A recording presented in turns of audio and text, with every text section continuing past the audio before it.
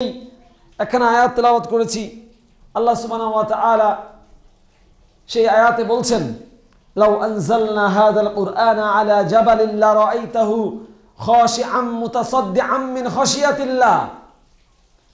আল্লাহ সুবহানাহু ওয়া তাআলা আমাদেরকে উদ্দেশ্য করে বলছেন, লাউ আনজালনা হাযাল কুরআন, এই যে কোরআন তোমরা দেখতে পাচ্ছ, এই কোরআনকে যদি আমি আলা জাবালিন, কোন পাহাড়ের উপরে অবতীর্ণ করতাম, কোন পাহাড়ের উপরে অবতীর্ণ করতাম, লা রাআইতাহু খাশিআম মুতাসাদ্দিআম মিন খাশিয়াতিল্লাহ, তাহলে তুমি এই কোরআনের ভার বহন করতে না পারার কারণে পাহাড়কে তুমি দেখতে সে ভীত সন্ত্রস্ত হয়ে বিনয়ী হয়ে পাহাড় ফেটে পড়ে যেত।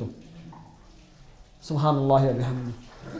কিন্তু এই কোরআন অবতীর্ণ করা হয়েছে মানুষের উপরে, কিন্তু মানুষের মধ্যে এই কোরআনকে ধারণ করা নিয়ে কোনো টেনশন নাই। এই কোরআন মানুষের জীবনে কোনো প্রভাব তৈরি করতে পারছে না, অথচ একটা জড় বস্তু পাহাড়, একটা জড় বস্তু পাহাড়, সেই পাহাড়ের উপরে যদি এই কোরআনকে অবতীর্ণ করা হতো, আল্লাহ বলছেন সেই পাহাড় আল্লাহর প্রতি বিনয়ী হয়ে ভীত হয়ে ভয় পেয়ে এত ভারী জিনিস কিভাবে ধারণ করবে, এই ভয়ে বিনয়ী হয়ে পাহাড় ফেটে যেত। সুবহানাল্লাহি ওয়া বিহামদিহি।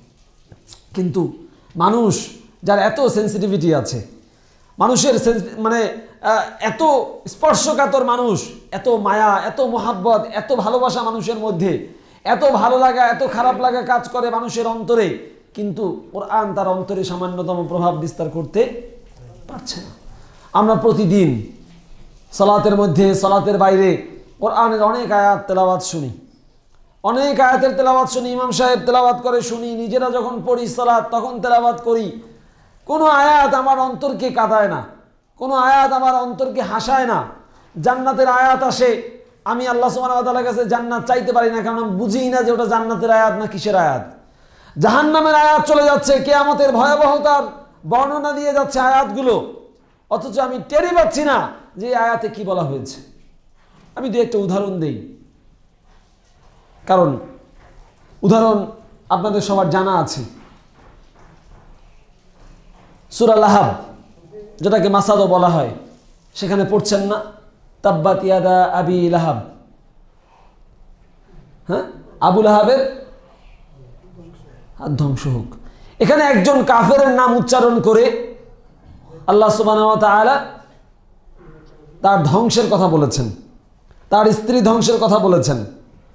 তো একটা বারের জন্য এই সূরাটি যখন আমরা তেলাওয়াত করি, হ্যাঁ, তখন কি আমাদের মনে হয় না যে আল্লাহ সুবহানাহু ওয়া তাআলা একজন কাফেরের নাম উচ্চারণ করে, এবং ওই আয়াতের পরবর্তী আয়াতগুলোতে দেখেন আল্লাহ সুবহানাহু ওয়া তাআলা বলছেন যে দুনিয়ার ধন সম্পদ আবু লাহাবের কোনো উপকার করতে পারেনি।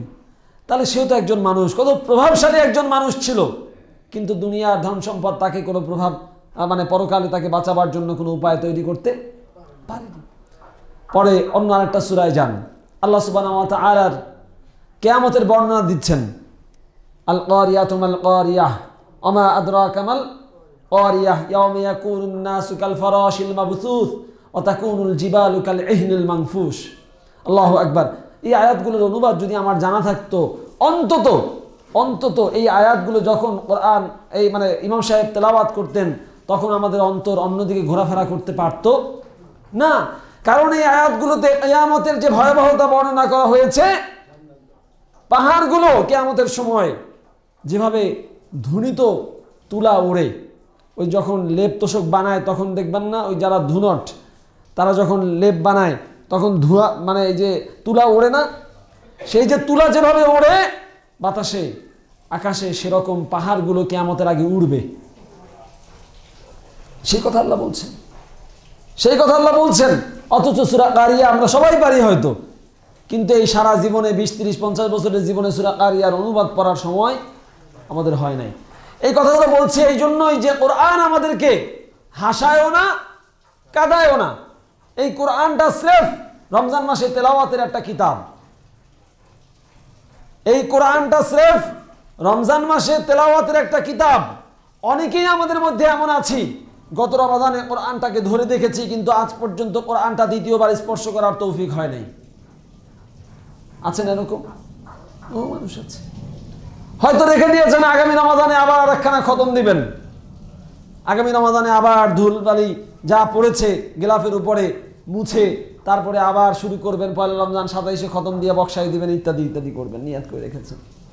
ভাবখানা এমন মনে হয় আল্লাহ সুবহানাহু ওয়া তাআলা আপনি কবে মারা যাবেন তার সার্টিফিকেট আপনাকে ইস্যু করে দিয়ে দিয়েছে।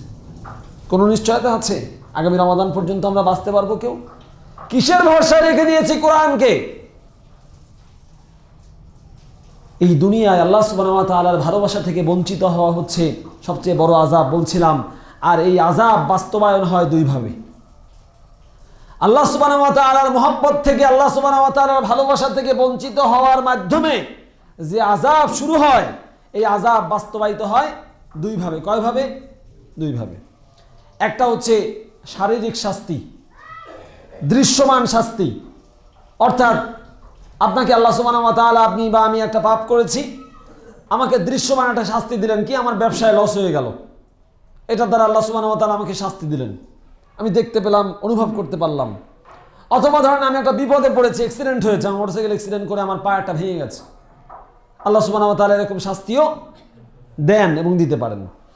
এরকম, অথবা সন্তান একটা মারা গেছে, অথবা স্ত্রীর সাথে বনিমনা হচ্ছে না, এই ধরনের কিছু আযাব আল্লাহ সুবহানাহু ওয়া তাআলা দুনিয়ার পাপের কারণে দুনিয়ায় আমাদেরকে দেন। একটা জিনিস চিন্তা করলে আপনারাই উত্তর পেয়ে যাবেন, সেটা হচ্ছে আল্লাহ সুবহানাহু ওয়া তাআলা আমাদের পুরো জীবনটাকে পরিচালনা করছেন।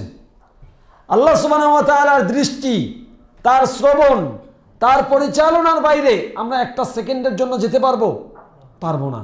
আল্লাহ সুবহানাহু ওয়া তাআলা রিজিক দিলে আমার রিজিকের ব্যবস্থা হবে, তিনি যদি রিজিক বন্ধ করে দেন কোনো মানুষের ক্ষমতা নাই আপনার রিজিকের ব্যবস্থা